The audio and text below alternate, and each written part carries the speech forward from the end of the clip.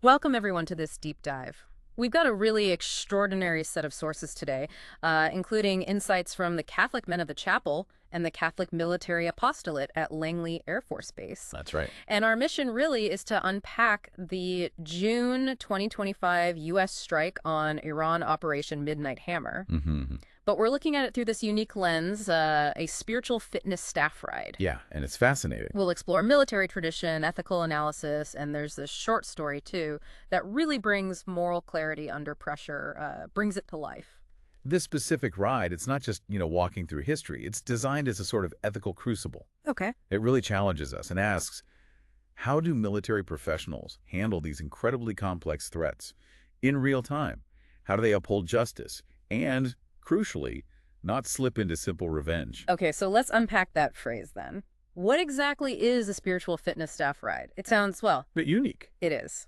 But its core comes from deep military tradition, goes all the way back to Frederick the Great, actually. And then formalized by thinkers like Clausewitz and Moltke. Staff rides are, a standard part of professional military education in the U.S. military. Right. But these have a critical difference. And that's where it gets really compelling, isn't it? Because unlike traditional staff rides that might focus purely on tactics or strategy, Exactly. these integrate ethical warfare. They bring in Catholic Just War Doctrine. That's the key. It's about the moral dimensions of conflict, about critical thinking. And preparing people for actual dilemmas they might face. I think you mentioned JP30, the Joint Operations Doctrine, even emphasizes this kind of preparation. It does. This isn't meant to be abstract philosophy. It's Yeah. very much about practical application, making sure airmen develop not just as warriors, but as leaders grounded in, well, moral clarity, which you absolutely need on today's battlefields. Okay, so to understand the stakes, the ethical stakes of Operation Midnight Hammer, we probably need to back up a bit. We need to trace Iran's history, which is incredibly long and complex. Right. Absolutely necessary. Iran's identity stretches back, thousands of years. Ancient Persian Empire, Right. one of history's oldest, most influential civilizations. Huge contributions to science, law, religion. You think of figures like King Cyrus, Right. mentioned in Isaiah. Precisely. And maybe even the Magi, from the Christmas story. Right. Potentially Zoroastrian priests from Persia. So that's the ancient context. But let's fast forward dramatically. After World War II, Iran was actually a key U.S. ally for a time. It was. But the 1979 Islamic Revolution just changed everything.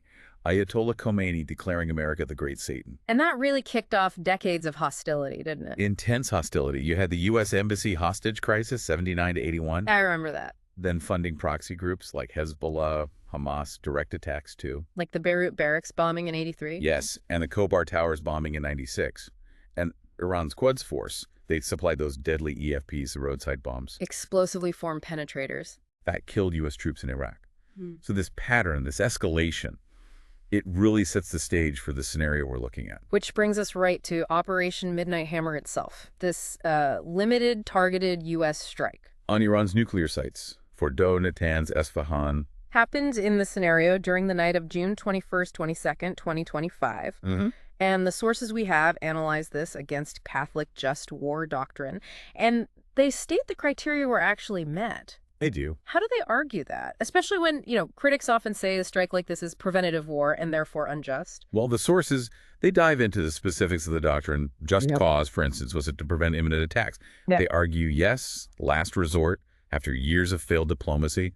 Again, yes. Okay. They point to Iran having 100 kilograms of 60% enriched uranium, assembling bomb components, Yeah. making hostile declarations. So the key here is that distinction between preemptive and preventive war. Exactly. That's crucial. Preemptive war, unlike preventive, is permitted under just war teaching, but only when the threat is grave, certain, and imminent.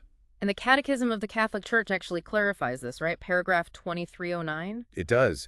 And the sources cite intelligence indicating Iran was, quote, weeks, if not days away from having a nuclear weapon. Wow.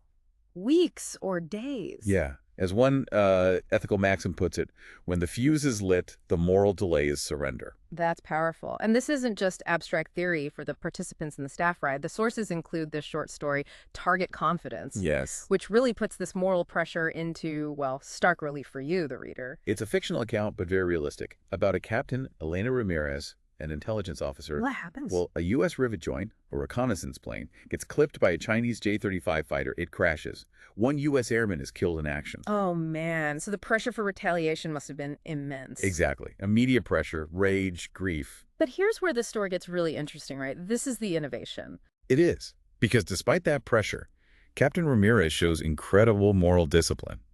She forces herself to analyze the data coolly. What does she find?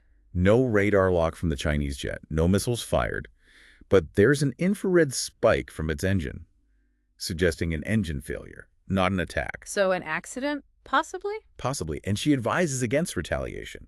She actually says, if we act from rage, we fail the mission. That takes courage. Immense courage. And the story uses this to powerfully highlight those crucial distinctions we talked about. Right.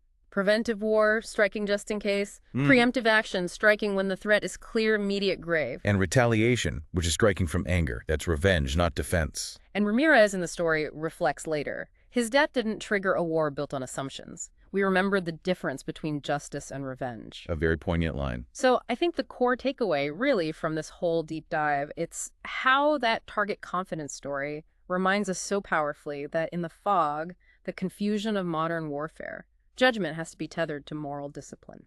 Absolutely. The ultimate goal isn't revenge. It has to be justice and hopefully eventually peace. Yeah. We really hope this deep dive has maybe given you a clearer picture of how these ethical considerations, how they guide military actions, even when lives and, frankly, global stability are hanging in the balance. So as you think about all this, maybe reflect. What stands out to you about the vital role of that moral clarity in these incredibly high-stakes moments?